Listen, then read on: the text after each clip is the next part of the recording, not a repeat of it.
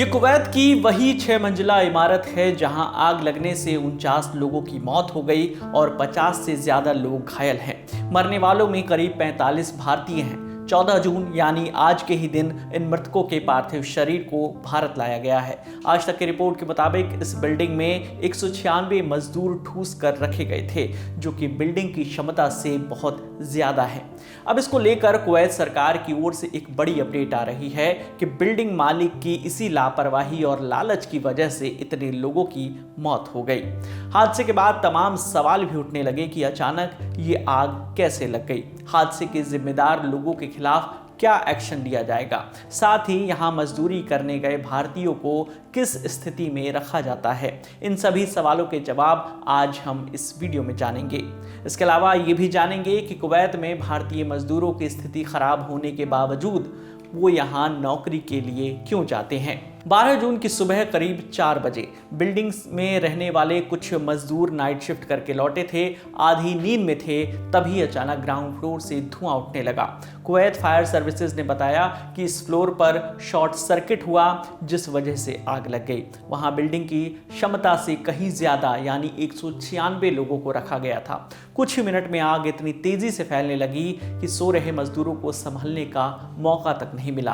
आग की लपटें देखकर सब भागने लगे। लोग ज्यादा थे और बिल्डिंग की गैलरी सकरी थी, इसलिए जान बचाने के लिए कई लोगों ने बिल्डिंग से ही छलांग लगा दी। कुछ लोग छत की तरफ भागे, लेकिन छत बंद होने की वजह से उनकी जान नहीं बच पाई।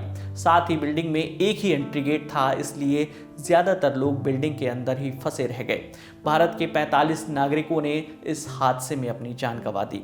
शुक्रवार को भारतीय वायुसेना के विशेष विमान में इन भारतीयों के पार्थिव शरीर को लाया गया है। कोची अंतर्राष्ट्रीय हवाई अड्डे पर पुलिस बल और एम्बुलेंस तैनात किए गए हैं। केरल के मुख्यमंत्री पिनराई विजयन और राजस्व मंत्री के राजन भी हवाई अड्डे पर मौजूद हैं। प्रधानमंत्री नरेंद्र मोदी ने मृतकों के परिवार के लिए 2 लाख रुपए मुआवजे की घोषणा, जबकि घायलों के लिए 50-50 हजार रुपए मुआवजे की घोषणा की है।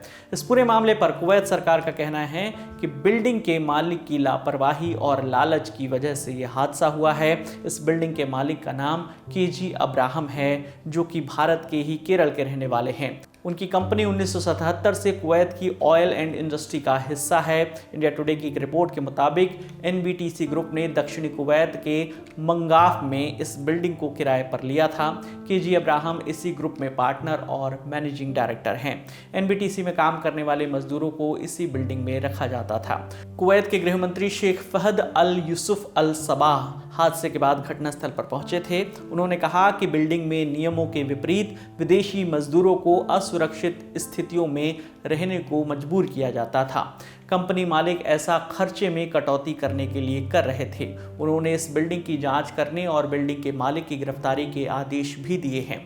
कुवैत के भारतीय दूतावास के मुताबिक वहां लगभग 10 लाख भारतीय रहते हैं, जो कुवैत की कुल आबादी का 21% है।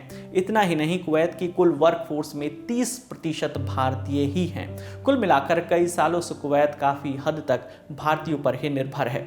अब सवाल ये है कि इतनी खराब स्थिति में रहने के बावजूद कुवैत भारतीयों की पहली पसंद क्यों बना हुआ है। आज तक एक रिपोर्ट के मुताबिक इसकी 3 बड़ी वजह सामने निकल कर आई हैं। पहली वजह है कि कुवैत में काम करना आसान है, यहाँ ज़्यादा स्किल की ज़रूरत नहीं पड़ती है, साथ ही कमाई भी ज़्यादा होती है।